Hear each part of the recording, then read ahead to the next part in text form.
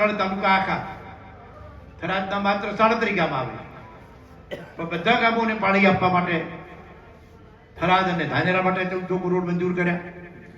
ડીસા માટે જે લાખણી થઈને દસરા સુધીની પાઇપલાઇન 1200 કરોડ, કર્માવત તળાવ, વડગામ, પાલનપુર બધા માટે મિત્રો 5300 કરોડ રૂપિયા સરકારે મંજૂર કર્યા. પહેલી સરકાર એવી આવી કે જે ખેડૂતોને હિત, ખેડૂતોને પાણી માટે મિત્રો બચતી હોય. ભાઈ બેઠેલા બધાને યાદ કરાવવું કે નર્મદા આવ્યા પછી જેમ કનુભાઈ હમણાં ગણાવતા હતા ને કે અમદાવાદના જેવા જમીનોના ભાવ, ફોર્ચ્યુનર ગાડીઓની વાત કરી. 75 પહેલા તાલુકામાં ટ્રેક્ટર કેટલા હતા? એક ડુવા ગામ એવું હતું કે 75 ની સાલમાં 75 ટ્રેક્ટર હતા, અરે 45, એક જ ડુવા આખા તાલુકામાં.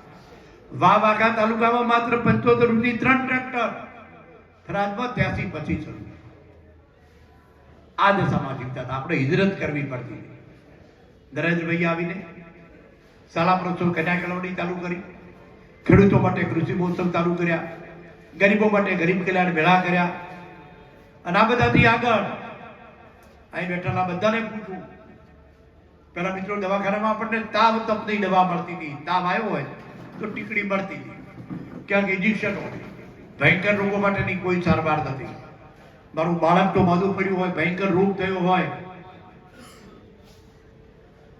બાળકના માટે 2-5 લાખ રૂપિયા ખર્ચવાનો હોય તો દીકરો હોય તો એના માટે તો જમીન પણ વેચો, દાગીના પણ ગીરો મૂકીએ, ઉછીના પાછી ના કરીએ. પણ તો એ જગ્યાએ મારી ઢબુડી 2 વર્ષની હોય તો ભગવાનને વાલી થઈ જતી હતી મારી બેનું. આ યાદ નહીં હોય તમને, મને યાદ છે. નરેન્દ્ર મોદીએ શાળા આરોગ્ય કાર્યક્રમ કર્યું. બાળક જન્મે ત્યાંથી ધોરણ 12 સુધી અભ્યાસ કરે, 18 વર્ષની ઉંમર થાય ત્યાં સુધી કેન્સર, કિડની, હૃદયનું બાયપાસ કે બેરું મૂકું બાળક હોય, ગમે એટલો ખર્ચ થાય, 2 કરોડ 5 કરોડ, આ રાજ્યની સરકાર ખર્ચ ભોગવે. આ મારા ટાબરીઓના આદિવાસી નરેન્દ્રભાઈ દેવીની ગાડી ગુજરાતમાં છે એવું સમગ્ર દેશમાં કરવું છે. એટલા માટે સમગ્ર દેશની પ્રજા નરેન્દ્રભાઈને જાણતી. અત્યારે મિત્રો લાઈટમાં જે બેઠા છો, 24 કલાક લાઈટ. હવે તો નરેન્દ્રભાઈ આખા દેશનું સંચાલન કરે છે, વડાપ્રધાન છે. ગુજરાતમાં મુખ્યમંત્રી છે. અત્યારે સમગ્ર હિન્દુસ્તાનમાં ગુજરાત જ એવું હતું કે જેમાં નાનામાં નાનું ગામ કે મારું બોર્ડરનું રાગાની હેડા હોય કે રેલુજી હોય, 24 કલાક ફ્રી ભે, 8 કલાક ખેતી માટે અને 16 કલાક સિંગલ ફેજ. માંગ્યા વગર માફ પણ નબીર છે. તમે બધા ખેતરોમાં રહો છો, કોઈ 24 કલાક માંગી હતી ખરી? અને અત્યારે તો ચોમાસામાં છોટા પડ્યા હોય, ગરમી હોય, વીજળી ન હોય તો ફોન કરે કે સાહેબ જીવડા. પહેલા તો જીવડાનો જન્મ નતો જોયો, પણ એમ દીકતા કેટલા સુખી તમે જાજો પંખાવાળા થઈ ગયા છો. પેલા કોઈ પંખાવાળા હતા ખરા? તમને વિશ્વાસ કેટલો? ઓ મિત્રો એકવાર ખોડા સભા રાખી હતી ડાળિયામાં, લાઈટ જતી રહી. મેં કીધું કે આપણે જતા ના લીમડા ઉભા હતા, લીમડા ના કે આ તો ફીડર બદલવા લાઈટ ગઈ છે. હાલ આવે તમને એટલો વિશ્વાસ કે ફીડર બદલવા લાઈટ ગઈ છે ને આવશે. આટલો ખેડૂતોને વિશ્વાસ કરો કે લાઈટ જતી નથી. પેલા લાઈટ ક્યારેય આવતી નથી, અત્યારે લાઈટ ક્યારેય જતી. આ નરેન્દ્ર મોદી પેલા મિત્રો યાદ કરો, લાઈટ એટલે પ્રાથમિક શાળામાં, આંગણવાડીઓમાં લાઈટ હોતી જ નહીં. અહીં શિક્ષક મિત્રો હોય કે ભણેલા હોય તો યાદ રાખવું છે કે શાળામાં જે લાઈટ લેતા 15મી ઓગસ્ટ ને 26મી જાન્યુઆરીએ ગામ લોકો પાસેથી ફાળો લેતા, એનામાંથી એસ્ટિમેટ ભરતા, બિલ પણ એમાંથી ભરતા. સરકાર લાઈટ શાળાઓને નથી આપતી, નરેન્દ્ર મોદી આવીને શાળાઓને લાઈટ.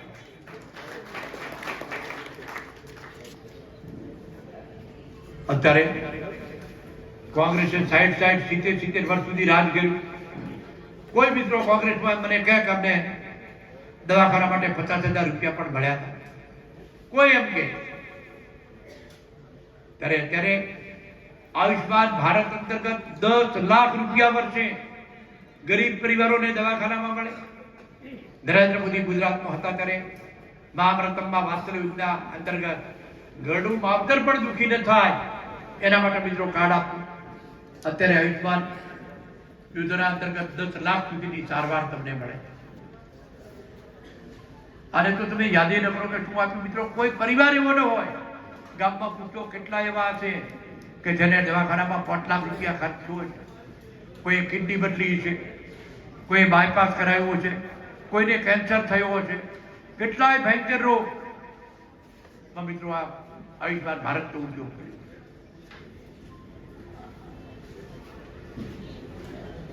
આમાં તો કોઈ ગેસ વગરની હોય ને. ઘેર બેઠેલી મારી બહેનો હોય તો પૂછજો કે ગેસ કેટલાના ઘેર નથી. હું ધારાસભ્ય હતો તો પણ સંસદ સભ્યની કૂપનમાંથી મારા મિત્રો ગેસ લીધો હતો.